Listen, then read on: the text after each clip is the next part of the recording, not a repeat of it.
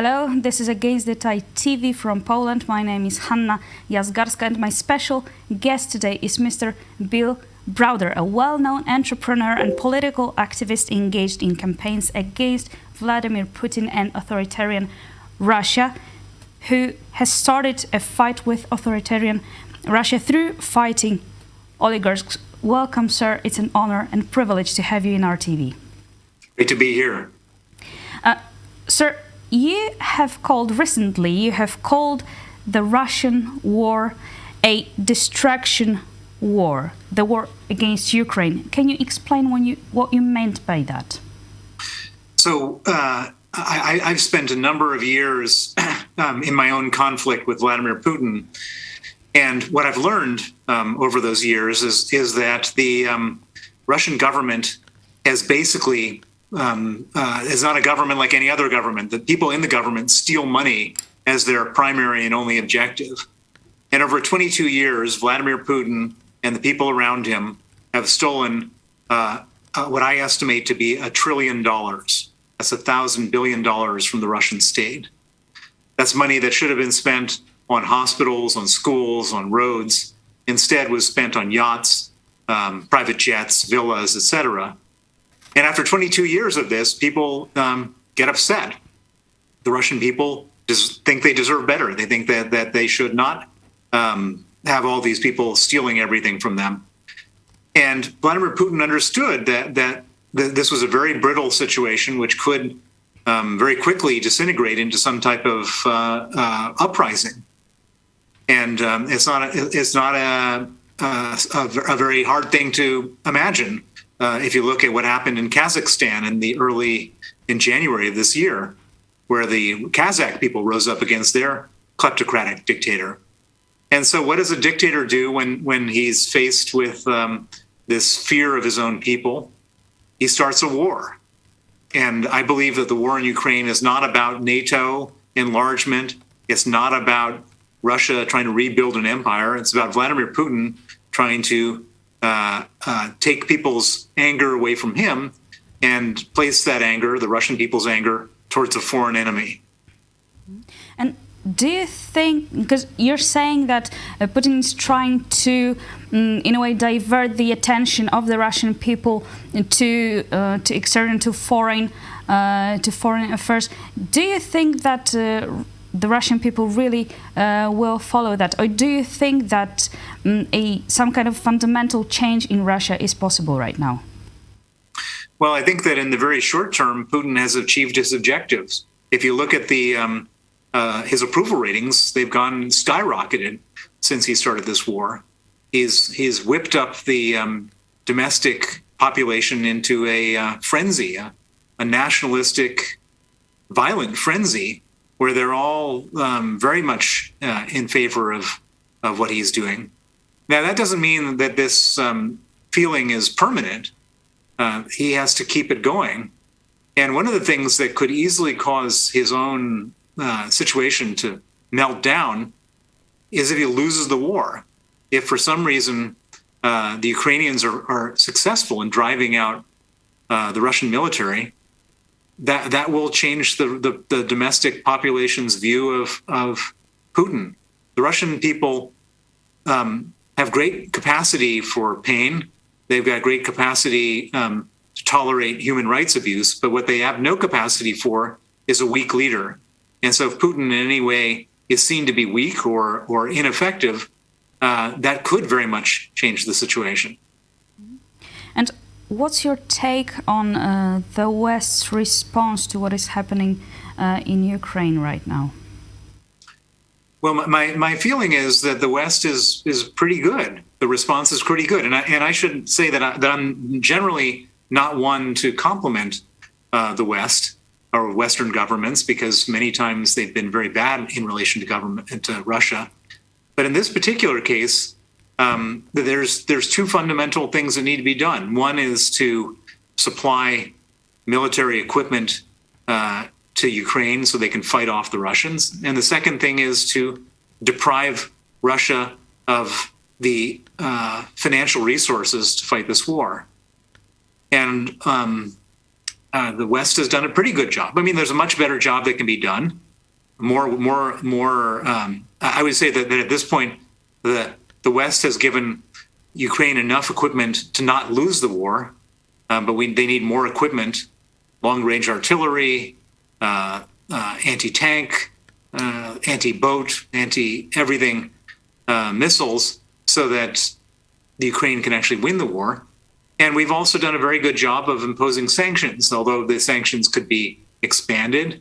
And most importantly, there's still an enormous amount of money that's going into the Russian budget every day from the sale of oil and gas. And we know that there are two wars going on right now, a military one and also the information one. How is the West fighting the second one? Well, the information war is, I would say, Russia's not doing so well this time around in the West. And so if you remember, like when Russia invaded Georgia back in 2008, they created such confusion about what happened that half the people in the world thought that somehow that war was Georgia's fault. Very successful information operation. When the Russians took over Crimea and eastern Ukraine in 2014, they somehow convinced the whole world that these were just individuals in eastern Ukraine. These were revolutionaries. They called them Russian-backed separatists instead of blaming it on Russia, which is what it was. And this time around, Russia would have tried to do the same thing, but early on in this process, the United States and Great Britain and other countries basically came out for 2 months in advance of the invasion and said, Russia's going to invade, Russia's going to invade, Russia's going to invade. And by the time it actually happened, all of the misinformation, disinformation that Russia was going to throw out there didn't really work. And so for the first time, we actually have a clear narrative about what happened. And why is that so important? Because there are many countries that have historically not wanted to punish Putin for doing the bad stuff that he's done. Countries like Germany, for example, or Hungary. And this time around, none of these countries could say anything because it was so obvious, brazen and aggressive what Putin was doing, and there was no alternative explanation. So I would say that the information war is definitely not being won by Russia this time around, which I think is in many ways what contributes to the weapons and the sanctions that we just discussed. So we can see that, well, China amplifies Russian disinformation. For example, one of the key narratives for Moscow, but also for Beijing, is the idea that NATO is the aggressor in this war. And China also expressed opposition to sanctions against Russia. How do you see China's role in this war? Well, I think China's role is not a good role as far as we're concerned. But I should point out that it doesn't really matter what China says, because it's not like they have to convince their own population of anything. It's a dictatorship. It's a authoritarian regime. And so they can make up whatever narrative they want. It's not going to change our view in the West. And it's not like they have to support a democracy and convince their people that they're doing the right thing. But having said that, China is playing a very pernicious role in this whole story.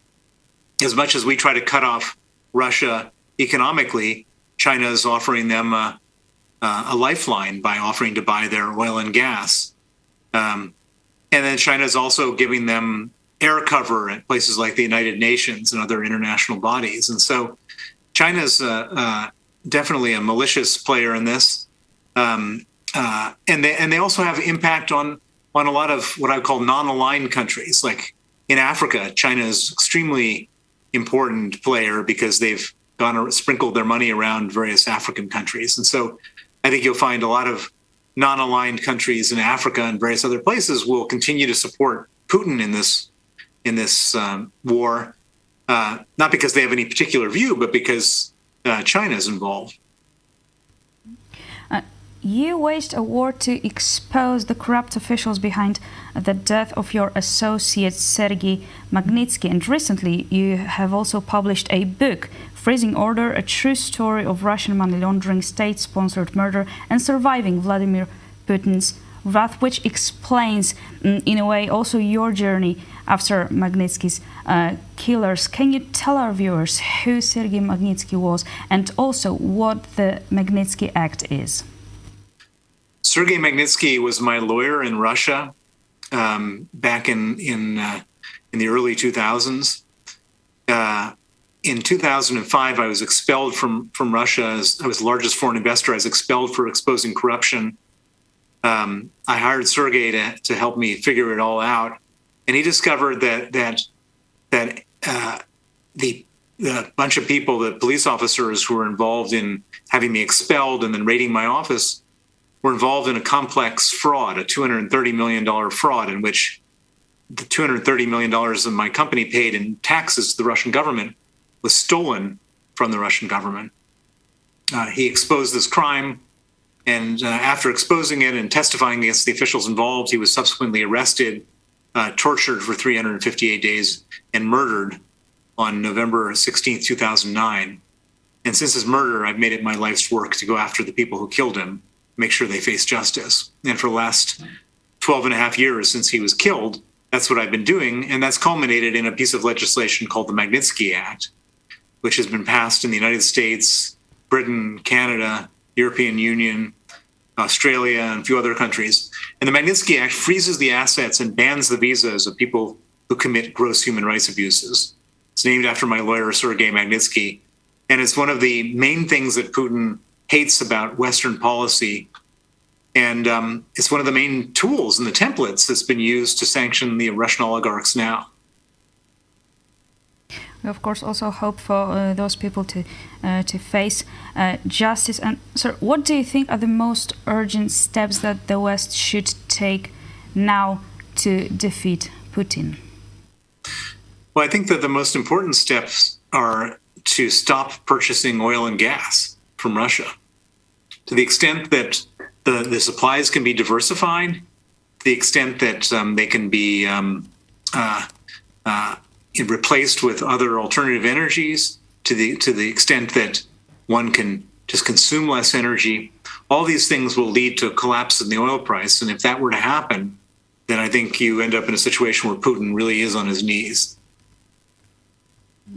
And, sir, the list of Putin's victims is very long. In Poland, we include it in 2010 Smolensk crash that killed the president, Lech Kaczynski, and 95 other people.